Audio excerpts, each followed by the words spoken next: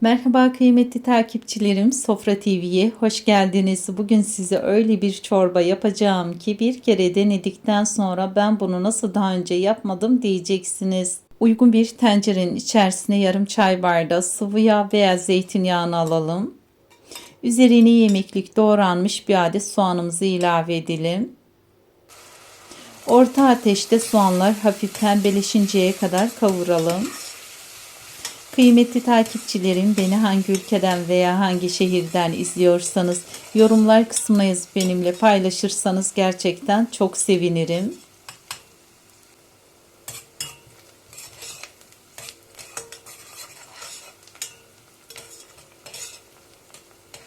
Güzelce kavurmuş olduğumuz soğanlarımızın üzerine 1,5 yemek kaşığı unumuzu ilave edelim. Unumuzun kokusu çıkıncaya kadar kavurma işlemine devam edelim. Kıymetli takipçilerim, kanalımda düzenli olarak video yayınlamaya çalışıyorum. Önceliğim herkesin evinde olan malzemelerle kolaylıkla yapabileceğiniz tarifler. Tariflerimi elimden geldiğince detaylı anlatmaya gayret ediyorum ki yemek yapmaya yeni başlayan arkadaşlar da kolaylıkla yapabilsinler. Umarım tariflerimi sizler de evlerinizde deneyip beğenirsiniz. Daha sonra yıkayıp suyunu süzdüğümüz 1,5 su bardağı kırmızı mercimeğimizi ekleyelim. 1-2 dakika karıştırarak kavuralım.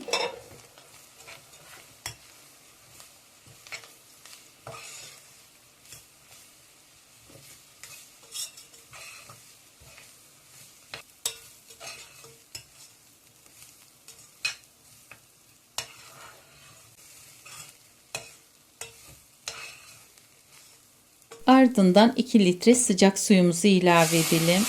Çorbamızı şöyle güzelce karıştırdıktan sonra tenceremizin kapağını yarım kapatalım. Çorbamız kaynayıncaya kadar orta ateşte, daha sonra kısık ateşte ara ara karıştırarak yaklaşık 30 dakika pişirmeye bırakalım.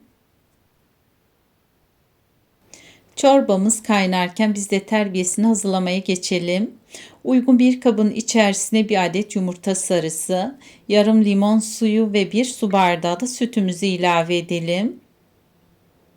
Daha sonra tüm malzemelerimiz birbiriyle özdeşinceye dek güzel bir şekilde çırpalım.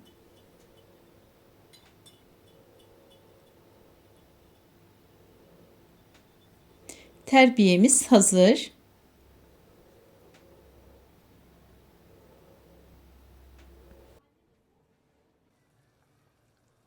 Pişen çorbamızın üzerinde oluşan köpükleri şöyle kaşık yardımıyla alalım.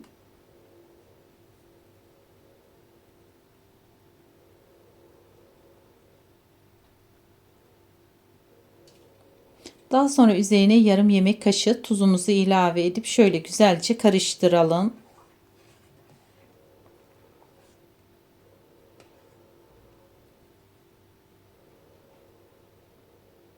Ardından çorbayı pürüzsüz bir kıvam alıncaya kadar blenderdan geçirelim.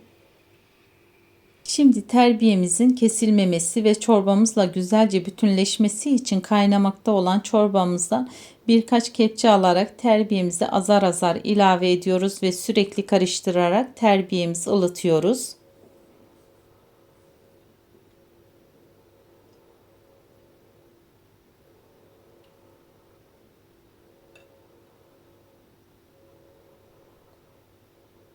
Terbiyemiz alındıktan sonra çorbamızı sürekli karıştırarak terbiyeyi yavaş yavaş tenceremize ekliyoruz.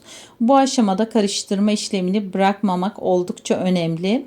Terbiyeyi çorbamıza tamamen ekledikten sonra çorbamız yeniden kaynama noktasına gelene kadar sürekli karıştırarak pişirmeye devam ediyoruz. Böylece hem terbiyemizin kesilmesini önlüyoruz hem de çorbamızın kıvamının pürüzsüz ve ipeksi olmasını sağlıyoruz.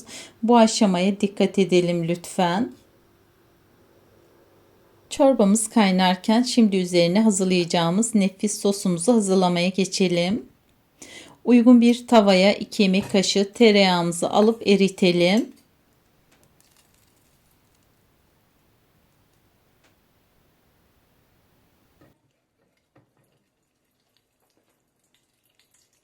Tereyağımız tamamen eridikten sonra içerisine bir tatlı kaşığı kuru nane, bir tatlı kaşığı toz biber, bir tatlı kaşığı da pul biberimizi ilave edelim.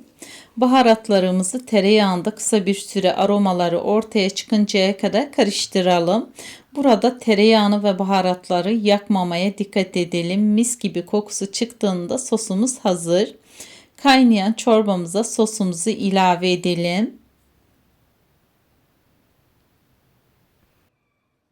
Şimdi çorbamızı güzelce karıştırarak sosun her yerine eşit şekilde dağılmasını sağlayalım. Şu anda ortaya çıkan görüntüye ve kıvama bakar mısınız? Gerçekten nefis görünüyor. Tereyağında kavrulan nane ve biberin mis gibi aroması çorbaya karıştıkça çeşminiger çorbamız o kendine özgü lezzeti iyice ortaya çıkıyor. Birkaç dakika daha birlikte kaynatalım ve ardından servis aşamasına geçelim. Ben sizlere şöyle kıvamını da yakın çekimle göstermek istiyorum. Gerçekten de enfes oldum. Şayet kıvamı size koyu gelirse sıcak su ilavesi yaparak damak tadınıza göre kıvamını ayarlayabilirsiniz. Hazır olan çorbamızı ocaktan alalım. Çeşmeniger çorbamız servise hazır. Şöyle güzelce servis tabağımıza alalım. Beni buraya kadar izlediğiniz için hepinize çok teşekkür ederim. Eğer beni bu tarif ile tanıdıysanız kanalımda bunun gibi pratik, lezzetli birçok tarifim var olduğunu belirtmek isterim. Yeni tariflerim için kanalıma abone olmayı, bildirim gelmesi için zili açmayı unutmayın lütfen. Kanalım ve tarifimle ilgili fikir ve düşüncelerinizi, en önemlisi yapıcı eleştirilerinizi yapmayı unutmayın. Tarifimi beğendiyseniz videomu beğenmeyi ve sevdiklerinizle paylaşarak bana destek olmayı unutmayın. Evinizde huzurunuz, bedeninizde sağlığınız, sofranızda bereketiniz hiç eksik olmasın. Deneyecek olanlara afiyet olsun.